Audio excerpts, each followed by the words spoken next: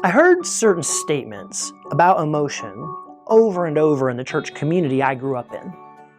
Control your feelings or they'll control you. It doesn't matter what you feel, always do what's right. You can follow the truth or you can follow your feelings. Don't be so emotional. If it feels good, it's probably sinful. Now, that last one was said as a joke, mostly.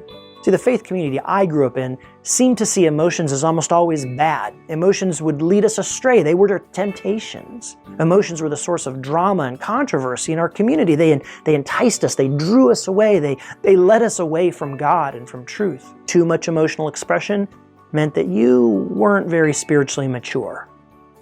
And so in that context, if we were going to be faithful Christians, we needed to learn how to manage our emotions, how to contain them, tamp them down. And so parents and pastors and teachers, they'd warn us again and again about following our emotion. And there's justifiable concern.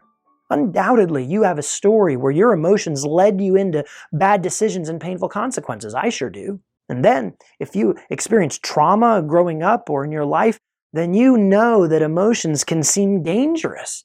Emotions are powerful, they're messy, they can confuse us, and they sure confuse other people. And so it's not a surprise that in the church, we don't talk about them much, or we mostly encourage people to ignore or discount their emotions. But that is a bad idea. Here's the truth.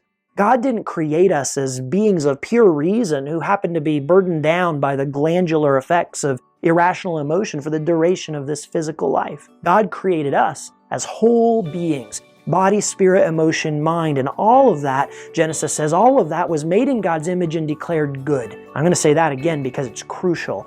Your emotions are made in God's image. Does that sound crazy?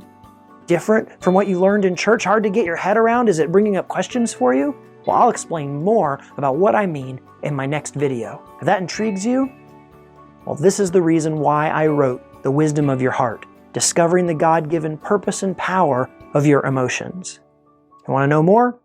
Head over to www.thewisdomofyourheart.com.